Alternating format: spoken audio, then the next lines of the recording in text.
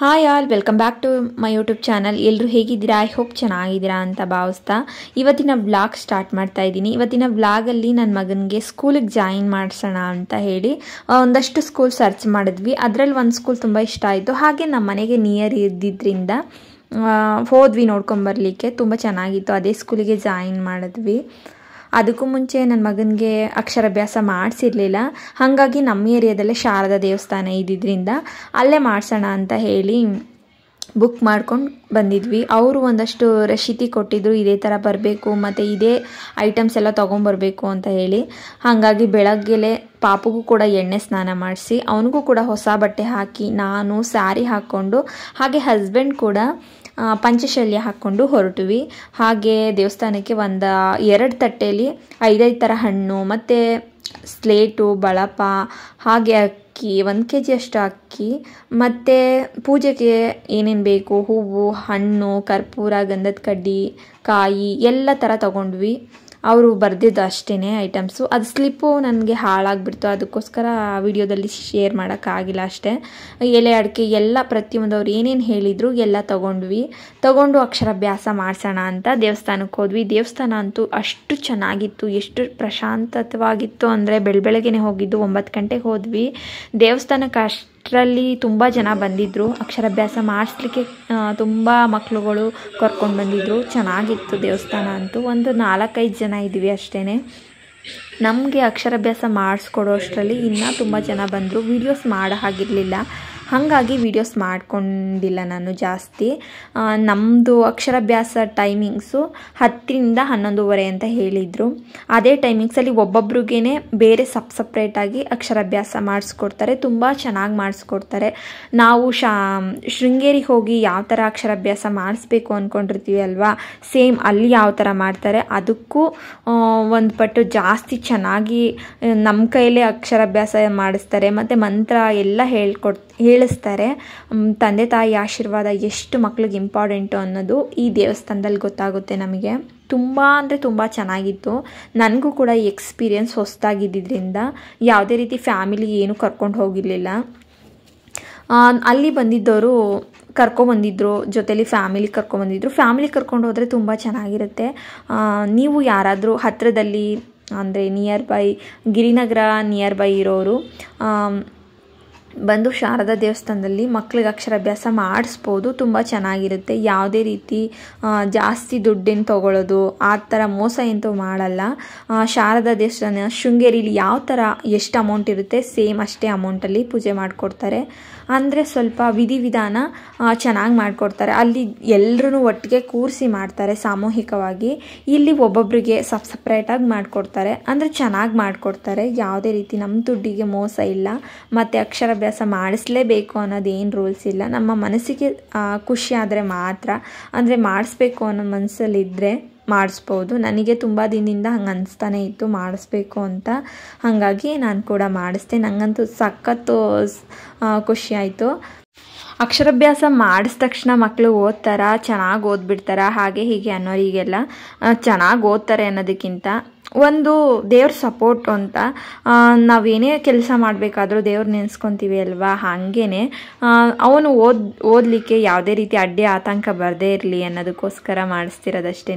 ಅಕ್ಷರಾಭ್ಯಾಸ ಮಾಡಿದ ತಕ್ಷಣ ಬ್ರಿಲಿಯಂಟ್ ಆಗ್ತಾರೆ, ಓದ್ತಾರೆ ಚೆನ್ನಾಗಿ ಅನ್ನೋದೆಲ್ಲ ಏನಿಲ್ಲ. ಚೆನ್ನಾಗಿ ಅನಿಸುತ್ತೆ. ನಿಮಗೂ ಕೂಡ ನಿಮ್ಮನೇಲೂ ಕೂಡ ಮಕ್ಕಳು ಇದ್ದರೆ ಅಕ್ಷರಾಭ್ಯಾಸ ಮಾಡಿಸ್ಬೇಕು. ಶೃಂಗೇರಿ ತನಕ ಹೋಗೋಕ್ಕಾಗಲ್ಲ, ಕಷ್ಟ ಇದೆ ಅನ್ನೋರಿದ್ದರೆ ಇಲ್ಲಿ ಬೆಂಗಳೂರಲ್ಲಿ ಗಿರಿನಗರದಲ್ಲಿ ತುಂಬ ಚೆನ್ನಾಗಿ ಮಾಡಿಕೊಡ್ತಾರೆ. ಯಾರಾದರೂ ನನ್ನ ವೀಡಿಯೋಸ್ನ ಹತ್ತಿರದಲ್ಲಿರೋರು ನೋಡ್ತಾ ಇದ್ದರೆ ಖಂಡಿತ ಕಮೆಂಟ್ ಬಾಕ್ಸಲ್ಲಿ ಕಮೆಂಟ್ ಮಾಡಿ, ಅಡ್ರೆಸ್ನ ಶೇರ್ ಮಾಡ್ತೀನಿ. ತುಂಬ ಚೆನ್ನಾಗಿರುತ್ತೆ ದೇವಸ್ಥಾನ. ಹಾಗೆ ತುಂಬ ಚೆನ್ನಾಗಿ ಮಾಡಿಕೊಡ್ತಾರೆ ಕೂಡ. ನನಗಂತೂ ನನ್ನ ಮಗನಿಗೆ ಅಕ್ಷರಾಭ್ಯಾಸ ಮಾಡಿಸಿ ತುಂಬ ಖುಷಿ ಆಯಿತು. ಇವತ್ತಿನ ಹಾಗೆ ನೆಕ್ಸ್ಟ್ ಡೇಗೂ ಕೂಡ ಪೂಜೆ ಮಾಡಲಿಕ್ಕೆ ಹೇಳ್ತಾರೆ. ಮತ್ತು ಪ್ರಸಾದದ ರೀತಿಲಿ ಕಲ್ಸಕ್ಕರೆ, ಡ್ರೈ ಫ್ರೂಟ್ಸ್ ಕೊಡ್ತಾರೆ. ತುಂಬ ಚೆನ್ನಾಗಿರುತ್ತೆ.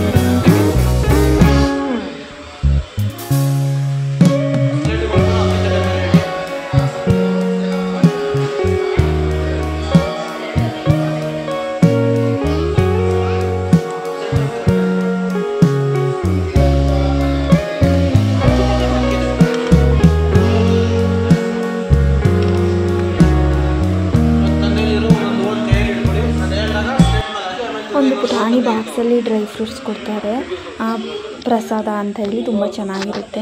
ಮತ್ತು ಒಂದು ತಟ್ಟೆ ಬಾಳೆಹಣ್ಣು ತಟ್ಟೆ ಎಲ್ಲ ನಮಗೆ ಕೊಡ್ತಾರೆ, ಅದು ಕೂಡ ಚೆನ್ನಾಗಿರುತ್ತೆ. ನೆಕ್ಸ್ಟ್ ಡೇ ಮಕ್ಕಳ ಕೈಲಿ ಸ್ನಾನ ಬೆಳಗ್ಗೆಲೇ ಮಾಡಿಸಿ ಅಕ್ಷರಾಭ್ಯಾಸ ನೆಕ್ಸ್ಟ್ ಡೇನೂ ಮಾಡಬೇಕಾಗುತ್ತೆ. ಮನೇಲಿ ಪೂಜೆ ಮಾಡಿಕೊಂಡು ಅವನಿಗೆ ನೆಕ್ಸ್ಟ್ ಡೇ ಸ್ನಾನ ಮಾಡಿಸಿ, ಸ್ವಲ್ಪ ಹುಷಾರಿಲ್ಲದೆ ಇರೋ ಕಾರಣ ನೆಕ್ಸ್ಟ್ ಡೇನೂ ಕೂಡ ಅಕ್ಷರಾಭ್ಯಾಸ ಮಾಡಿಸ್ಬೇಕು ಅಂತ ಹೇಳಿದರು ಪುರೋಹಿತರು. ಹಾಗೆ ಅಕ್ಷರಾಭ್ಯಾಸ ಅವನ ಕೈಲೇ ಪೂಜೆ ಮಾಡಿಸಿದ್ವಿ.